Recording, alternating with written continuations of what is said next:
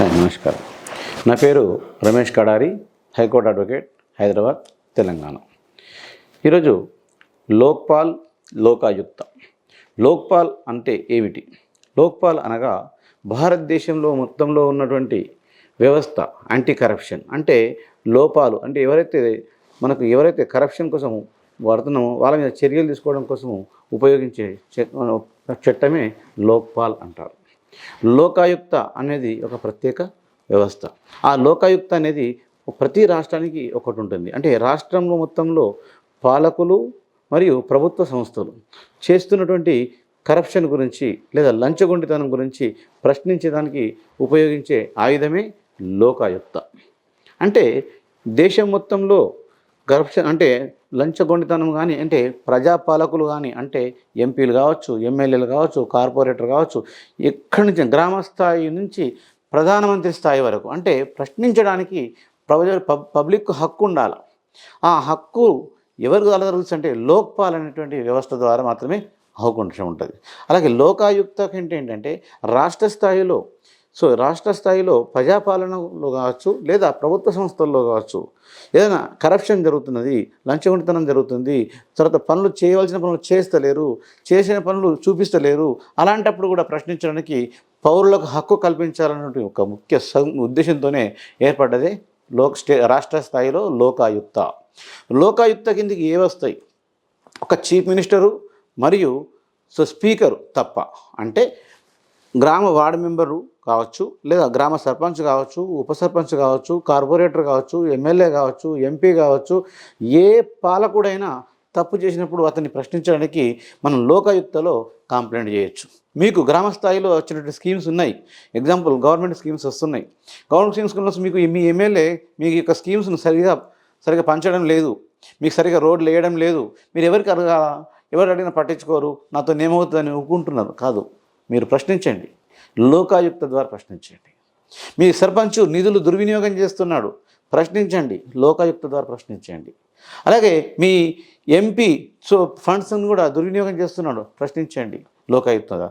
అంతేకాదు ప్రభుత్వ సంస్థలో పనిచేసేటువంటి విఆర్ఓ కావచ్చు, విఆర్ఏ కావచ్చు, గ్రామ స్థాయిలో ఉన్నటువంటి పంచాయత్ సెక్రటరీ కావచ్చు, లేదా ఎంఆర్ఓ కావచ్చు, కలెక్టర్ కావచ్చు, ఆర్డీఓ కావచ్చు, ఎవరినైనా మీరు వాళ్ళపైన చర్య తీసుకోలేము, నేను సామాన్యుణ్ణి అనుకునేటువంటి నీకు అనిపించినప్పుడు నీవు కూడా ప్రశ్నించే హక్కు, అతనితో పని చేయించుకునే హక్కు నీకు ఉంది. ఒక లోకాయుక్త ద్వారా మీరు చేసుకోవచ్చు. అంటే లోకాయుక్త అనేది ప్రజల క్షేమం కోసము, ప్రజల సంక్షేమం కోసము, ప్రజా పనులు చేయించుకోవడం కోసము, దుర్యోగం కాకుండా ఉండడం కోసము ఉపయోగించుకోవడానికి ప్రత్యేకమైన ఆయుధమే లోకాయుక్త. రాష్ట్ర స్థాయిలో లోక్పాల్ దేశ స్థాయిలో అని మనం చెప్పుకోవచ్చు. లోకాయుక్త అనేది మనకి ఎక్కడ ఉంది? మనకు ఆంధ్రప్రదేశ్ మరియు తెలంగాణ రెండు రాష్ట్రాలకు కలిసి ప్రత్యేకంగా ఒకటే లోకాయుక్త ఉంది, బషీర్బాగ్లో. ఇక్కడ బషీర్బాగ్ అనేటువంటి ప్రాంతంలో ఒకటే లోకాయుక్త ఉంది. ఆ లోకాయుక్తకు ఎలా కంప్లైంట్ చేయాలి? లోకాయుక్త కంప్లైంట్ చేయడానికి ఫామ్ నంబర్ 1 అని ఉంటుంది, ఫామ్ నంబర్ 2 అని ఉంటుంది. మీరు ఆన్లైన్లో లోకాయుక్త అని కొట్టుకున్నప్పుడు మీకు వెబ్సైట్లో వచ్చేస్తుంది. ఆ ఫామ్ నెంబర్ 1లో మీరు ఎవరిపైన కంప్లైంట్ చేస్తున్నారో సెక్షన్ 2 ప్రకారంగా వారి యొక్క పేరు, వారి యొక్క డిజగ్నేషను, వారి యొక్క డీటెయిల్స్ అన్నీ కూడా మీరు మెన్షన్ చేయాలి.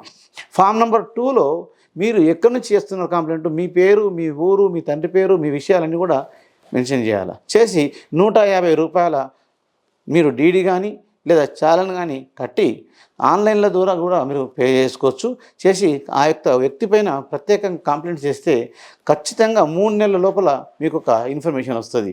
ఈ వ్యక్తి పైన ఈ ఇన్ఫర్మేషన్ తీసుకున్నాము, ఇతను నిజాయితీపరుడు లేదా అతను పాల్పడ్డాడు, అతనికి చట్టపరమైన చర్యలు తీసుకుంటున్నాము అని మీకు ఇన్ఫర్మేషన్ తెలియజేస్తుంది ప్రభుత్వం. అదే లోకాయుక్త ద్వారా. అంటే మీరు సామాన్యుడైనప్పటికీ మీరు పనులు చేయించకపోతే, ప్రభుత్వాధికారి పని చేయకపోతే లోకాయుక్త ద్వారా పని చేయించుకోవచ్చు. అంటే చేయవలసిన పనులు విస్మరించినప్పుడు, చేయవలసిన పనులు చేయకపోయినప్పుడు కాకుండా ఏమన్నా మనకు వచ్చేటువంటి హక్కులు అంటే ప్రభుత్వం ద్వారా వచ్చేటువంటి పెన్షన్ ఉంది, రాలేదు, నేను ఎవరిని అడగాలి, మా సర్పంచ్ని అడిగితే పట్టించుకోవట్లేదు, మా ఎంఆర్ఓని అయితే నాకు రాణిస్తలేదు లోపలికి అన్నటువంటి విషయాలు అనిపిస్తుంది. అంటే మీకు ప్రభుత్వ సంస్థలల్లో రెవెన్యూ డిపార్ట్మెంట్ కావచ్చు, పంచాయతీ శాఖ డిపార్ట్మెంట్ కావచ్చు, పోలీసు వ్యవస్థ కూడా కావచ్చు, లేదా ఏ డిపార్ట్మెంట్, యూనివర్సిటీలు కావచ్చు, యూనివర్సిటీ వైస్ ఛాన్సలర్ కూడా మీరు కంప్లైంట్ చేసుకోవచ్చు. అంటే అన్ని వ్యవస్థల మీద మీరు పనులు చేయించుకోవాలని కోసము ఉపయోగించుకునేటువంటి ఒక ఆయుధం మీకు లోకాయుక్త రాష్ట్ర స్థాయిలో అని మనం చెప్పుకోవచ్చు అనమాట.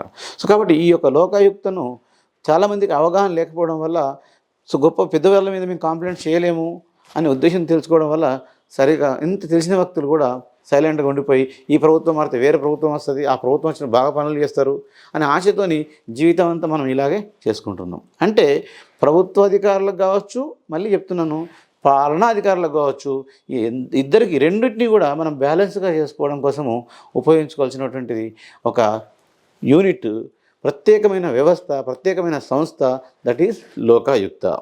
సో ఈ లోకాయుక్తను లోకపాల్ను దేశ స్థాయిలో అని అనుకున్నాము. లోక్పాల్ తీసుకుంటే మనము 1964 సంవత్సరం నుంచి అన్నా హజారే మనకు చాలా పెద్ద పేరు, మనం విన్నటువంటి పేరు. అతను కష్టపడితే 2013 సంవత్సరంలో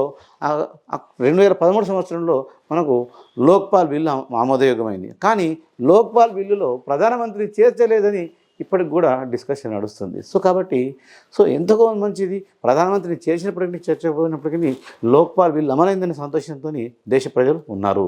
కాబట్టి మన యొక్క వ్యక్తిగతంగా మనకు ఇబ్బంది జరిగినప్పుడు, మన పనులు మనకు సరిగ్గా చేయనప్పుడు, లేదా పనులు విస్మరించినప్పుడు, లంచాలు తీసుకున్నప్పుడు మనం ఎవరిని సంప్రదించాలా అనేటువంటి ప్రశ్నకు సమాధానమే లోకాయుక్త, లోక్పాల్. Thank you.